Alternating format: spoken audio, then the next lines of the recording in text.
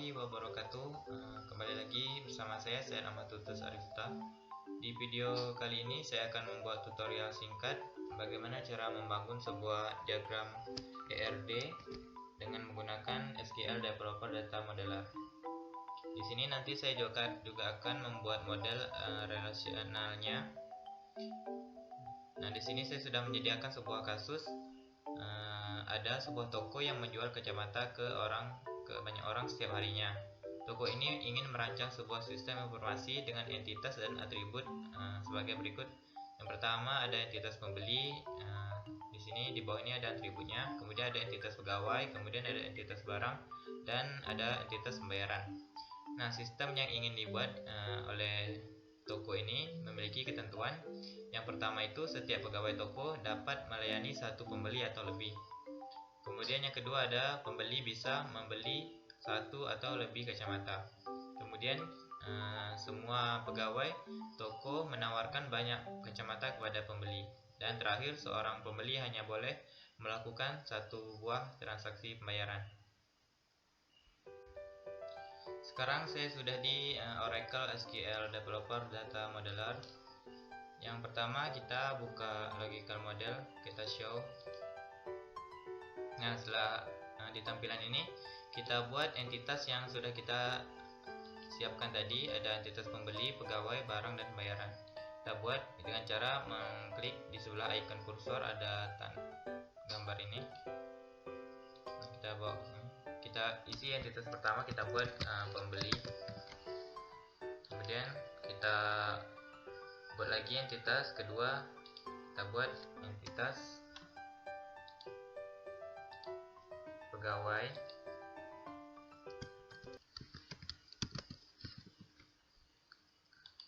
Kemudian kita buat lagi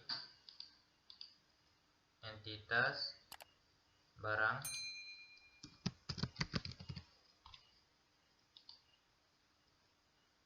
Dan terakhir entitas pembayaran.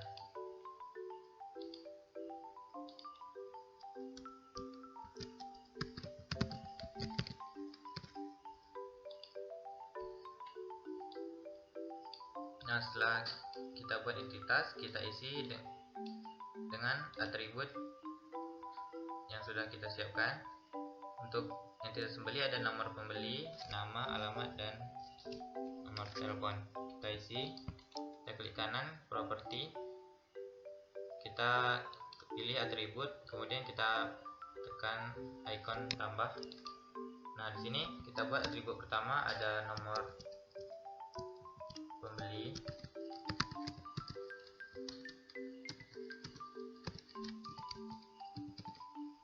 Di sini tipe data type-nya logical, source type kita pilih varchar. Size kita buat untuk nomor pembeli 5. Kemudian ini bersifat primary UID. Oke. Kemudian kita tambah lagi atribut kedua. Di entitas pembeli tadi ada nama, kita buat pembeli. Ini data type-nya juga logical, kemudian source type-nya varchar, dan ini size-nya kita buat untuk nama 30. Dan ini bersifat mandatori karena wajib. Dan kita tambah lagi untuk atribut ketiga ada alamat.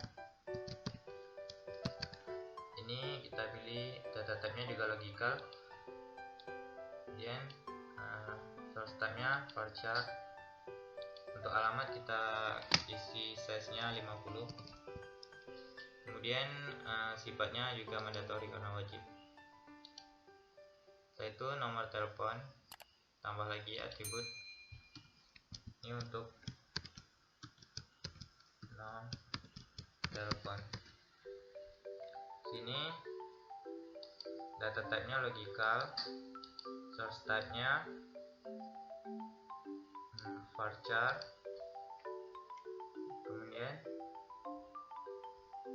untuk size-nya kita buat biasa, nomor telepon itu 12. Dan ini bersifat mandatory. Oke, selesai kita klik OK. Nah, di sini sudah ada atribut di entitas pembeli. Kemudian kita tambah lagi di entitas pegawai, properti, tambah seperti tadi. Kemudian kita isi atribut pegawai. Ada ID pegawai, nama pegawai, jadwal kerja, dan telepon. Kita buat di sini untuk atribut pertama ada ID pegawai. Ini logika, varchar, dan size-nya 5 kita buat untuk ID. Dan ini juga bersifat primary ID seperti nomor pembeli tadi. Klik. Dan kita tambah lagi atribut kedua, ada nama pegawai. Ini juga logikal, varchar. Untuk nama pegawai kita isi size-nya 30. Ini bersifat mandatory karena wajib. Kita tambahkan lagi untuk atribut ketiga, ada jadwal kerja.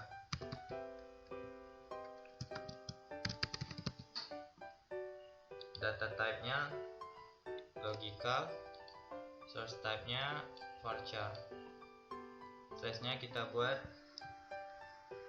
Oke, untuk jadwal kerja kita pakai source type yang date time. Oke, ini bersifat mandatory. Kemudian terakhir kita buat atribut telepon. Ini bersifat logika, ini kita pilih varchar, dan ini size-nya 12. Ini bersifat wajib, mandatory. Oke. Nah, di sini sudah ada atribut untuk entitas pegawai. Kemudian kita isi atribut untuk entitas barang. Yang pertama, untuk entitas barang ada atributnya kode barang, nama barang, dan harga barang. Kita isi untuk atribut pertama ada kode barang. Ini logika, varchar. Kita isi untuk kode barang size-nya 5, dan ini bersifat primary ID.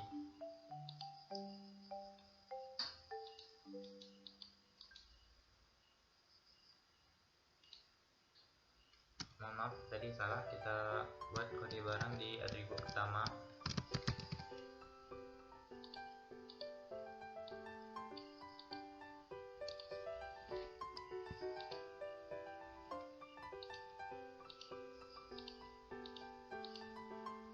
Ini untuk atribut kedua kita buat nama barang.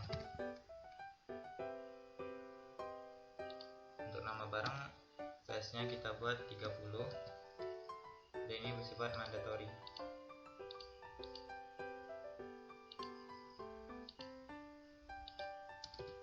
Kemudian kita tambah lagi atribut ketiga, harga barang.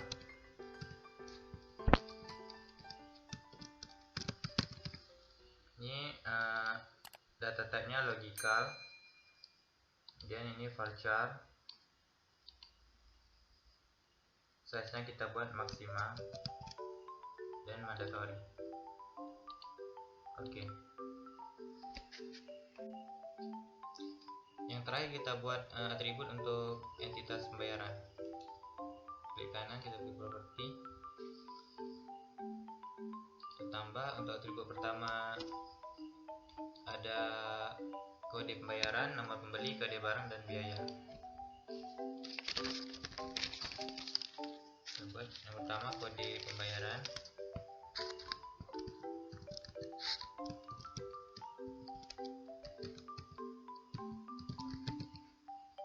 Ini data type-nya logical, kemudian varchar. Size nya kita buat 5, dan ini primary UID. Dan kita tambah di sini, untuk entitas pembayaran juga ada nomor pembeli.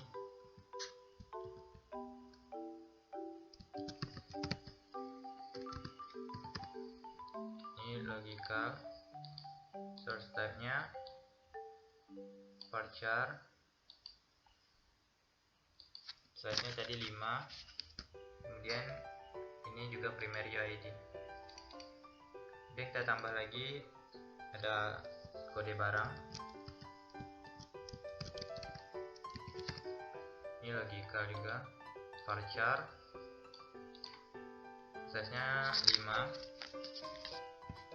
bersifat primary UID. Dan terakhir ada atribut biaya. Ini bersifat data type nya logical, source type nya varchar. Ini size nya kita buat max, bersifat mandatory. Oke.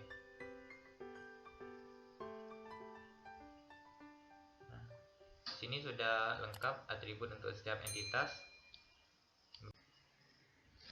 Sekarang kita susun entitas supaya nanti lebih gampang membuat relasi. Saya buat pembayaran ke sebelah kiri dan barang di sebelah kanan. Dan kemudian kita lihat di ketentuan. Yang pertama, setiap pegawai toko dapat melayani satu pembeli atau lebih. Berarti relasi dari pegawai ke pembeli itu 1 ke n. Kita pilih yang ini, kita arahkan dari pegawai ke pembeli. Nah, di sini name on source nya kita buat melayani, dan name on target kita buat dilayani. Ini bukan pilihan, jadi kita matikan source optionalnya.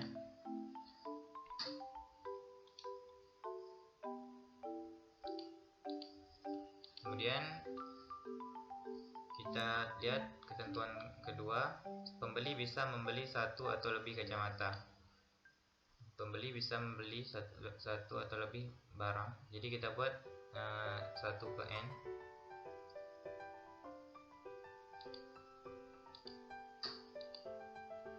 Di sini kita buat memilih atau membeli aja. Kemudian name on targetnya kita buat dibeli. Karena ini pilihan, kita biarkan source optionalnya. Nah, setelah itu kita lihat lagi ketentuan ketiga, semua pegawai toko menawarkan banyak kacamata kepada pembeli. Pegawai menawarkan banyak barang, berarti M ke N. Nah, ini kita buat menawarkan di name on source, kemudian di name on target kita buat ditawarkan. Karena ini bukan pilihan, kita matikan. Oke. Nah, setelah itu ketentuan keempat, seorang pembeli hanya boleh melakukan 1 buah transaksi pembayaran. Berarti dari pembeli ini 1 ke 1. Name on source nya kita buat melakukan, dan pembayaran atau name on targetnya kita buat dilakukan. Karena ini bukan pilihan, kita matikan source optionalnya. Nah, setelah relasinya selesai, kita rapikan panahnya dengan menekan kanan, add elbow, kemudian kita pindahkan.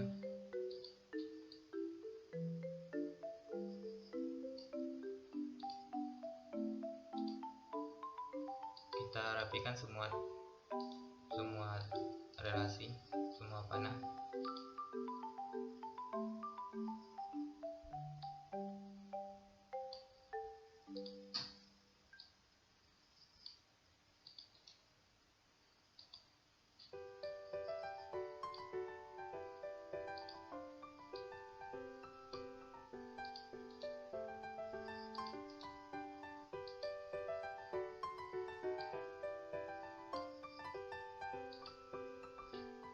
Nah, setelah kita rapikan, untuk menampilkan relasi yang telah kita buat tadi, kita tinggal klik kanan, kemudian kita pilih show, kemudian labels. Nah, sini sudah keluar yang kita buat tadi: dilayani, melayani, melakukan, dilakukan, membeli, dibeli, menawarkan, dan ditawarkan. Setelah kita selesai menyusun logika ERD untuk toko tadi, kita harus merekayasanya ke dalam bentuk model relasional dengan cara ini menekan engineer to relational model. Kita kecilkan, kemudian kita pilih di bawahnya engineer. Nah, sekarang sini ada yang potong, kita besarkan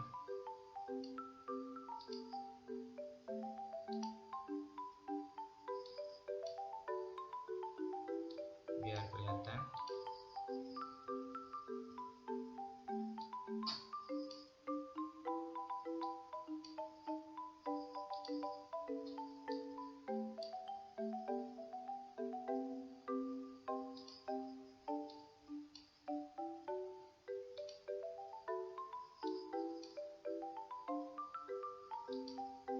Nah, sekarang kita sudah selesai membuat dalam bentuk relasionalnya. Demikian video tutorial singkat dari saya. Maaf bila ada kekurangan. Saya akhiri dengan wassalamualaikum warahmatullahi wabarakatuh.